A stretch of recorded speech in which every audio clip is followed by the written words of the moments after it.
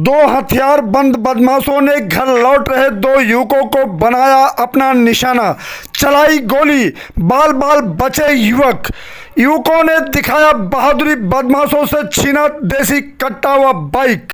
नमस्कार, शासन पक्ष में आपका स्वागत है। मैं हूं आपके साथ डीपी ओझा। मामला सोनिया बिहार थाने का है। अपनी दुकान से घर लौट रहे 23 वर्षीय विशाल और 19 वर्षीय हिमांशु को नानक सर के पास दो हथियार बंद बदमाशों ने देसी कट्टा दिखाकर युवक से मोबाइल और स्कूटी की चाबी छीन ली। दोनों पक्षों में जमकर मारपीट भी हुई। बदमाशों ने दोनों को लहूलुहान कर दिया, लेकिन युवक के हौसले भी कम नहीं हुए। इस बीच बदमाशों ने 2 राउंड गोली भी चला दी। युवक बाल बाल बचे। लोगों की सहायता से युवक ने बदमाशों से 2 देसी कट्टे और 2 बाइक छीन ली, लेकिन कुछ दूरी पर खड़ी पीसीआर की पुलिस सहायता देने के बजाय 112 नंबर पर फोन करने की सलाह देने लगी। तभी मौका पाकर बदमाश भागने में सफल हो गए।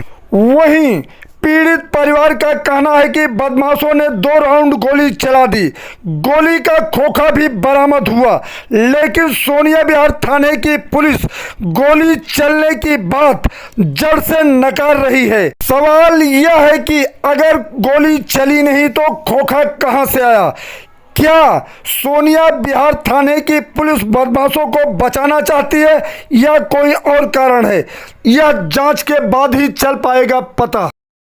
कल की जो घटना थी, आप लोग कहां से आ रहे थे? हम अपनी शॉप बंद करके आए थे। करीब 11 बजे शॉप बंद करवाने वाला पुल है, वहाँ से थोड़ी आगे गए तो जो उसने धमकी दी थी, उस धमकी को देखकर हमने अपनी सेफ्टी के लिए वहाँ से पुल से पत्थर उठा लिए कि हम उसने धमकी दी, हम अपने सेफ होने के लिए पत्थर वगैरह उठा ले, बाई चांस कुछ भी हो जाए आगे। तो फिर थोड़ी दूर जब पुल से उतरे तो थोड़ी दूर में वो साइड से हमारे निकला। वो जो बंदा जिसने मेरा फ़ोन स्नैच करा था पहले, वो साइड से आया तो उसने मतलब चलती बाइक को, स्कूटी को बोला रोको और तो अपना फ़ोन दे दे मेरे को। तो पर हमने स्कूटी रोकी नहीं, हम थोड़ा और आगे गए, 100-150 मीटर के आगे गए तो हमने स्कूटी रोकी नहीं। फिर उसका जो टीममेट था कोई होगा, उसने हमारी फ्रंट पे स्कूटी अपनी, उसके पास भी एक और स्कूटी थी, वो फ्रंट पे उसने स्कूटी लगा ली, रास्ता ब्लॉक कर दिया हमारा। अपने से आ गया और एक हमारे बगल में था जो स्नैच कर रहा था, तो दोनों ने रास्ता ब्लॉक कर लिया। फिर दोनों उतरे, हम भी रुके और दोनों ने उतरते के साथ ही अपनी गन निकाल ली। दोनों के पास गन थी। तो बोला अपना आईफोन दे, बट मैंने आईफोन ना लेके मैंने बोला आईफोन नहीं है मेरे पास, तो मैंने दूसरा फ़ोन दे दिया। मैं 2 फ़ोन यूज़ करता हूँ। फ़ोन बिना देखे अपनी जेब में रख लिया और ये सोच के फिर उसने विशाल भाई से भी फ़ोन मांगा, ये विशाल उपाध्याय बड़े भाई, उनसे फ़ोन मांगा कि तू भी अपना फ़ोन दे।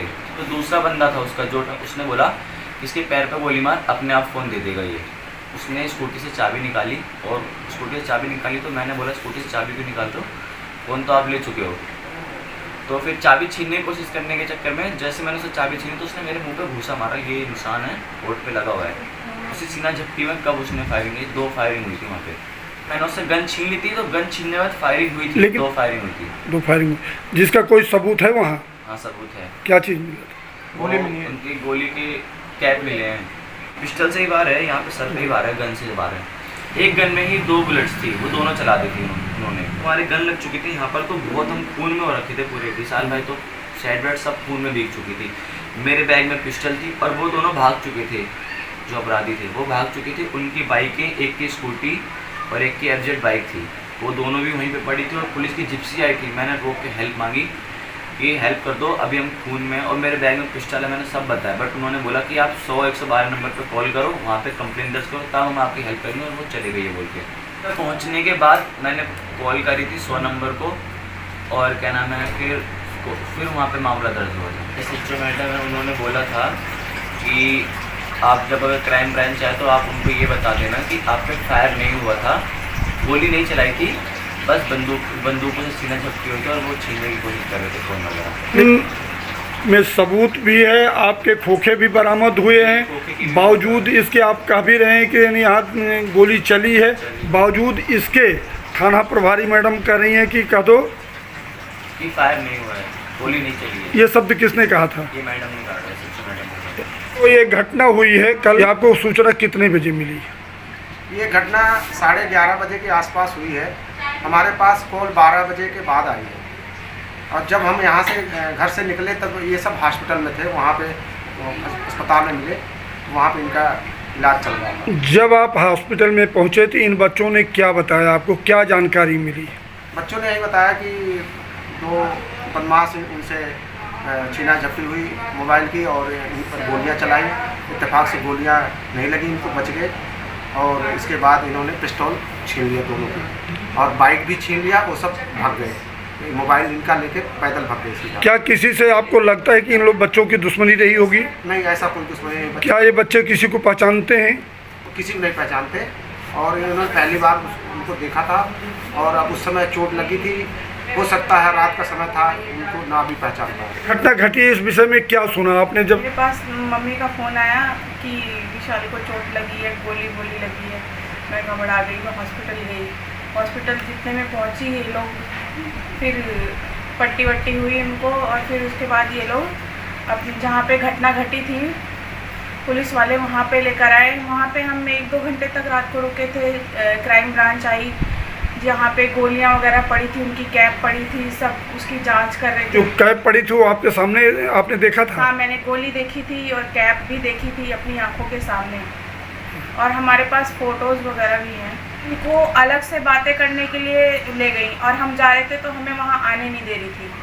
फिर मैंने पूछा था भाई से, मैंने बोला हाँ या ना में जवाब देना। मैंने बात की, मैंने बोला वो ऐसे बोल रहे थे कि बंदूक के बारे गोलियों के बारे में मत बताना, तो इन्होंने मुझे बोला हाँ कि वो हमसे ऐसे बोल रही थी कि ये मत बताना गोलियाँ चली हैं। अब आप क्या चाहती हो? मैं ये चाहती हूँ कड़ी से कड़ी कार्रवाई हो और उनको जल्दी से जल्दी पकड़ा जाए और उनको छोड़ना तो बिल्कुल भी नहीं है। आज इनके साथ हो रहा है, इससे पहले कितनों के साथ उन्होंने किया है।